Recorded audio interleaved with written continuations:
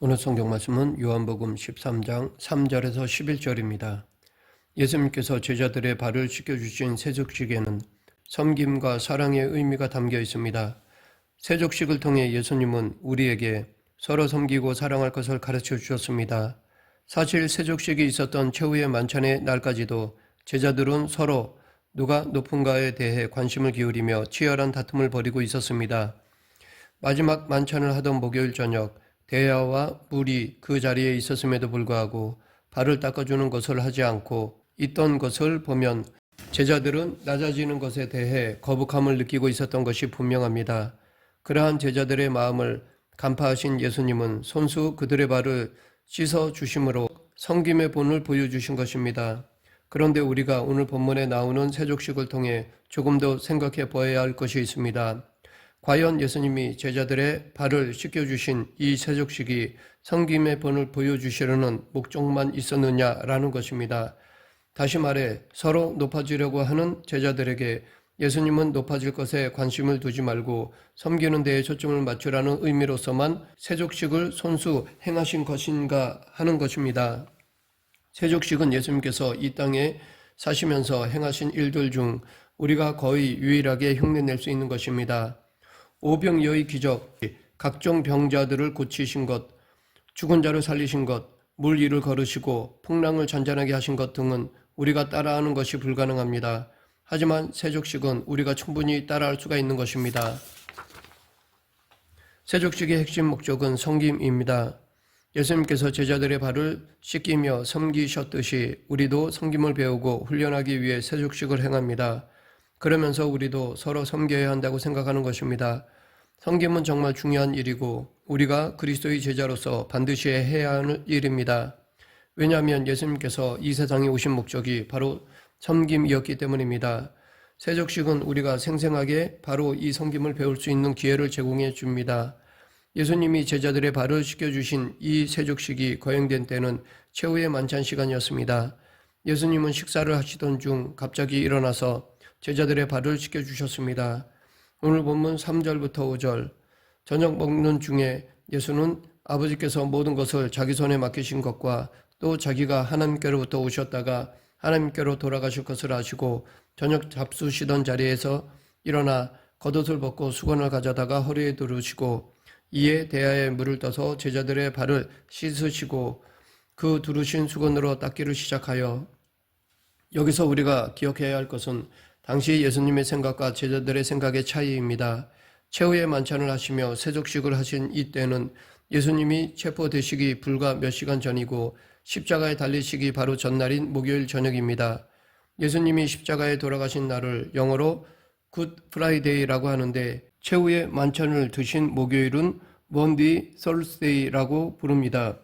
먼디란 말은 라틴어에서 온 단어로 계명이라는 뜻입니다. 이것은 제자들의 발을 씻겨주신 후 새 계명을 주신 것에서 나온 이름입니다. 이때 예수님의 마음은 몇 시간 후 달리실 십자가에 대한 생각으로 가득했을 것입니다. 십자가에 못 박히는 죽음의 사명을 다 이루어 하나님 아버지께서 주신 계획을 온전히 완성하는 것에 모든 관심이 집중된 상태였을 것입니다. 하지만 제자들은 완전히 다른 것을 생각하고 있었습니다. 제자들의 관심은 오직 예수님이 이제 권력을 잡으시면 누가 가장 높은 자리를 차지할 것인가, 누가 그분의 오른팔이 될 것인가에만 관심이 있었습니다. 당시 유대인의 식사 자리에서는 대체로 발을 씻기는 의식이 있었고 유대인들은 신을 벗고 방 안에서 비스듬히 누운 채로 먹는 형식을 취했습니다. 그때 예수님은 잡수시던 자리에서 일어나 겉옷을 벗고 수건을 가져다가 허리에 두르신 다음 대야에 물을 담아다가 제자들의 발을 씻기시고 그 수건으로 닦아주셨습니다. 그렇다면 식사 자리에서 발을 씻어야 한다면 누가 누구를 씻어야 마땅할까요? 그 집의 종들이 주인이나 손님의 발을 씻어 주어야 합니다. 또 이렇게 사람들이 많이 있다면 신분이 낮은 사람이 높은 사람의 발을 씻어 주어야 합니다. 그러니까 당연히 제자들 중에서 가장 낮거나 가장 어린 사람이 예수님과 다른 제자들의 발을 씻어주는 것이 이치에 맞는 것이었습니다. 그런데 그때 제자들은 모두 발을 씻는 일에 선뜻 나서지 않았습니다.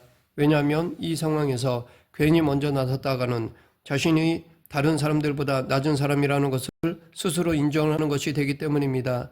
그렇게 되면 예수님이 왕이 되셔도 자기는 높은 자리를 얻을 수가 없게 되는 것이기 때문입니다. 이런 이유를 생각하며 발을 씻기는데 선뜻 나서지 못하고 있는 제자들의 발을 예수님이 손수 씻어주신 것입니다.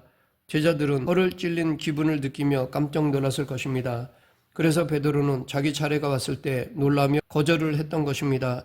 그의 행동은 어떻게 선생님이 제자들의 발을 씻어주실 수가 있는가 하는 불편한 마음의 표현이었습니다. 그런데 베드로의 말에 대한 예수님의 대답은 예수께서 대답하여 이르시되 내가 하는 것을 내가 지금은 알지 못하나 이후에는 알리라 였습니다. 그러면 베드로가 무엇을 모른다는 말씀일까요? 베드로가 아무리 교육을 제대로 받지 못한 갈릴리의 무식한 어부 출신이라 해도 발을 씻어주는 것이 섬김의 본이라는 것을 몰랐을 리가 없습니다. 그런데도 예수님은 그에게 지금은 내가 알지 못하지만 나중에는 알게 될 것이다 라고 말씀하셨습니다. 이것은 아주 의미심장한 말씀입니다. 사실 이것이 오늘 본문의 핵심입니다. 우리는 예수님의 세족식을 보면서 제자들의 발을 씻겨주신 섬김만 주로 생각합니다. 그래서 우리가 지금도 그것을 따라하면서 우리도 예수님처럼 남들을 섬기는 삶을 살겠다고 결단하며 나아갑니다. 이것은 결코 틀린 것이 아니며 아주 아름다운 일입니다. 그러나 예수님의 가르침이 거기에서 멈추는 것이 아니라는 것을 잊어서는 안 될 것입니다. 우리는 거기에서 조금 더 깊이 나가야 합니다. 그러면 과연 예수님이 제자들의 발을 씻겨주신 세족식에 어떤 숨은 의도가 담겨 있을까요? 중동 문화권에서 신발을 사람에게 던지는 것은 중대한 모욕 행위를 뜻합니다. 이렇게 중동 지역에서는 신발에 특별한 의미를 부여하며 주종관계를 뜻하기도 합니다. 자녀가 아버지를 대할 때, 종이 주인을 대할 때, 신하가 왕을 대할 때 신발을 벗었습니다. 그것은 철저한 복종을 뜻하며 높은 상대 앞에서 나를 감추고 죽이는 것을 말합니다. 출애굽기 3장 4절 5절 여호와께서 그가 보려고 돌이켜 오는 것을 보신지라 하나님이 떨기나무 가운데서 그를 불러 이르시되 모세야 모세야 하시매 그가 이르되 내가 여기 있나이다. 하나님이 이르시되 이리로 가까이 오지 말라. 내가 선 곳은 거룩한 땅이니 내 발에서 신을 벗으라. 하나님은 호렙산에서 모세를 부르실 때 신을 벗으라고 하셨습니다. 신을 벗는다라는 것은 상대방의 주권을 인정하고 그 인도를 받겠다는 표현입니다. 실제로 그 후 모세는 하나님의 주권을 인정하고 그분을 평생 믿고 따랐습니다. 그리고 힘들 때마다 하나님을 원망하는 이스라엘 백성들 앞에서 하나님을 끝까지 변호하였습니다. 그런데 하나님 앞에서 신을 벗은 모세는 하나님을 어떻게 믿었던 것입니까? 보통 사람이라면 하나님의 전능하심으로 자신의 삶에 기적을 베풀어 주시기를 원할 것입니다. 우리도 그럴 것입니다. 그런 능력의 하나님, 기적의 하나님을 믿고 따르기 원합니다. 그러나 놀랍게도 모세의 하나님은 그와 정반대셨습니다. 우리가 원하는 그런 하나님과는 정반대로 오히려 2주면 충분히 걸어갈 수 있는 길을 40년이나 걸려 가도록 인도하셨습니다. 그것도 먹을 것과 마실 것이 전혀 없는 광야에서 그렇게 하셨습니다. 그런데도 불구하고 모세는 그런 하나님을 신뢰하고 끝까지 순종하며 따랐습니다. 신을 벗는다는 것에는 바로 이런 의미가 담겨 있는 것입니다. 우리가 믿는 하나님은 어떤 분이십니까? 혹은 나는 어떤 하나님을 믿고 있습니까? 당신의 뜻대로 나를 인도하시는 하나님을 믿고 있습니까? 아니면 내가 원하는 대로 인도하시는 하나님을 믿고 있습니까? 모세에게 신을 벗으라고 말씀하시는 하나님은 오늘 우리에게도 신을 벗으라고 하시며 이렇게 질문하십니다. 2주면 갈 수 있는 너의 인생길을 내가 40년 동안 광야의 길로 인도하려고 하는데 그래도 너는 나를 신뢰하며 따라올 수 있느냐? 이러한 하나님의 질문에 대해 예, 따르겠습니다 라고 고백하며 그분을 믿고 따를 수 있겠습니까? 말은 쉽지만 실제로는 결코 쉽지 않은 대답입니다. 하지만 이것이 진짜 믿음의 고백입니다. 모세가 그렇게 말씀하시는 하나님 앞에서 절대 순종했습니다. 하나님이 뭐라고 하시든 신뢰하며 따랐습니다. 심지어 너는 가나안 땅에 못 들어가고 여기서 죽어야 한다라고 하셨을 때도 순종했습니다. 이처럼 하나님의 말씀 앞에 바보처럼 무조건 따르고 순종하는 것이 바로 신을 벗는다는 의미입니다. 모세만이 아닙니다. 그의 후계자 여호수아도 똑같이 하였습니다. 여호수아 5장 14, 15절 그가 이르되 아니라 나는 여호와의 군대 대장으로 지금 왔느니라 하는지라 여호수아가 얼굴을 땅에 대고 엎드려 절하고 그에게 이르되 내 주여 종에게 무슨 말씀을 하려 하시나이까? 여호와의 군대 대장이 여호수아에게 이르되 내 발에서 신을 벗으라. 내가 선 곳은 거룩하니라. 하니 여호수아가 그대로 행하니라. 이 사건 직전에 이스라엘 자손들의 할례가 있었습니다. 하나님이 여호수아에게 돌칼을 만들어 할례를 베풀라고 하셨습니다. 지금 가나안의 첫성이자 강력한 군사력을 지닌 여리고 성과의 전투를 바로 앞에 두고 군사들에게 할례를 행하라고 하시다니 이게 도대체 말이 됩니까? 상식에 어긋납니다. 할례를 받고 괴로워할 때 적군이 쳐들어오면 다 죽는 것입니다. 그런데도 하라고 하십니다. 그런데 놀랍게도 여호수아와 이스라엘 백성들은 이 명령에 순종하였습니다.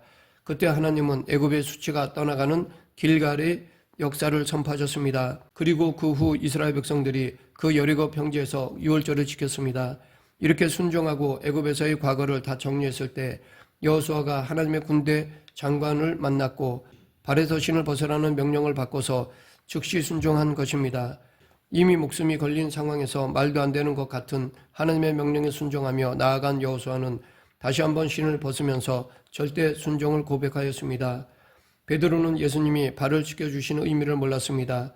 그래서 베드로는 예수님께 내 발은 절대 씻기지 못하십니다 라고 하였습니다. 그러자 예수님은 내가 내 발을 씻겨주지 않으면 너는 나와 상관이 없다라고 하셨습니다. 이것은 순종과 신뢰의 문제이기 때문에 발을 씻겨주는 일이 중요했던 것입니다. 베드로는 자신과 상관이 없어진다는 예수님의 말씀에 당황해야 하였습니다. 그리고 베드로는 발뿐만 아니라 손과 머리도 씻어달라고 하였습니다. 그러나 예수님은 베드로에게 발만 씻으면 된다고 하셨습니다. 그 이유는 신을 벗고 예수님이 자신의 발을 씻기도록 내어드리는 것이 바로 예수님과 관계가 세워지고 주님의 뜻이 무엇이든지 그분의 인도하심을 전적으로 따라 살겠다는 순종의 표현이기 때문입니다. 그 길이 혹시 내가 원하는 것과 달라도 주님께 순종하며 걷겠다는 상징적 표현인 것입니다. 즉 주님의 계획은 나의 계획보다 정확하고 주님은 내 인생을 완벽하게 알고 계시기 때문에 그러한 그분의 인도하심을 따르겠다는 것입니다. 예수님은 베드로에 대한 계획을 가지고 계셨습니다. 베드로가 어떻게 당신을 위하여 쓰임을 받아야 하는지 잘 알고 계셨습니다. 그런데 그 길이 험하고 힘들기 때문에 예수님은 베드로의 발을 붙들어 주려 하신 것입니다. 예수님은 부활하신 후 디베랴 호수에서 베드로에게 내가 나를 사랑하느냐라고 3번을 물으셨습니다. 그렇다는 대답을 들으실 때마다 내 양을 치라, 내 양을 먹이라 라고 하셨고 그 다음에 하신 말씀이 요한복음 21장 18, 19절입니다. 내가 진실로 진실로 내게 이르노니 내가 젊어서는 스스로 띠뛰고 원하는 곳으로 다녔거니와 늙어서는 내 팔을 벌리리니 남이 내게 띠띠우고 원하지 아니하는 곳으로 데려가리라. 이 말씀을 하심은 베드로가 어떠한 죽음으로 하나님께 영광을 돌릴 것을 가리키심이로라. 이 말씀을 하시고 베드로에게 이르시되 나를 따르라 하시니 오늘 본문에서 발을 씻겨주시면서 지금은 내가 모르지만 나중에 알게 될 것이다 라고 하신 말씀의 의미가 바로 이것이었습니다. 지금 당장은 베드로가 아직도 황제의 길, 영광의 길을 따라가려 하고 있지만 앞으로 그가 순교의 자리까지 가게 될 것을 생각하며 하신 말씀이 바로 이 말씀입니다. 그래서 예수님은 베드로가 그 길을 끝까지 갈 수 있도록 그의 발을 씻어주신 것입니다. 취직을 하기 위해서 회사에 지원할 때 내는 것이 이력서입니다. 그런데 이력이라는 것은 내 신발이 걸어온 자국이라는 뜻입니다. 여기서 이 자는 신발 이 자입니다. 그러니까 내가 신고 있던 신이 어디를 밟으며 어떻게 여기까지 왔는지를 적는 것이 이력서인 것입니다. 예수님의 세족식은 분명히 섬김의 본을 보여주신 것입니다. 그런데 베드로와의 대화를 통해 예수님은 섬김의 의미를 넘어서는 세족식의 참 의미를 알려주셨습니다. 그것은 곧 섬김을 넘어 믿음의 싸움을 싸우라는 것입니다. 그러니까 세족식은 섬김의 훈련일 뿐 아니라 예수님께 발을 내어드림으로 세상에서 믿음으로 싸워 이기는 훈련인 것입니다. 서로를 섬기며 세상의 잘못된 가치관과 믿음의 싸움을 싸우라는 것이 예수님의 뜻인데 당시 제자들은 서로 싸우며 세상의 잘못된 가치관을 섬기고 있었습니다. 그것을 완전히 바꾸는 것이 예수님 앞에서 신을 벗고 씻김을 받는 세족식의 의미입니다. 결국 세족식은 단순히 섬김의 본만을 보여주신 것이 아니라 순종을 말씀하신 것입니다. 주님을 철저히 신뢰하고 순종하는 가운데 우리에게 고통을 주는 이 세상에서의 인생길을 담대히 갈 수 있도록 우리를 격려하시는 말씀입니다. 아무리 힘이 들어도 우리의 발을 끝까지 붙들어 주겠다는 약속을 주신 것입니다. 말씀을 맺겠습니다. 세족식은 전투에 나아가는 군인에게 출정식과도 같습니다. 세족식을 통해 예수님은 제자들에게 먼저 서로 사랑으로 섬길 것을 말씀하셨습니다. 그리고 믿음으로 세상과 싸우러 나가는 제자들에게 당신이 함께 하시겠다는 용기를 주시는 의식인 것입니다. 이렇게 사랑의 섬김과 더불어 세상의 가치관이 아니라 주님의 뜻에 절대 순종하며 이 땅에서 믿음의 싸움을 싸우는 것이야말로 진정한 제자의 삶입니다. 우리 모두 참된 제자로 살아가길 간절히 축원합니다. 기도하겠습니다. 사랑과 은혜가 풍성하신 하나님 아버지, 세족식 안에 담겨있는 섬김과 순종의 정신을 늘 기억하며 이웃을 사랑하고 하나님을 사랑하는 그리스도인이 되게 하여 주시옵소서. 예수님 이름으로 기도드립니다. 아멘.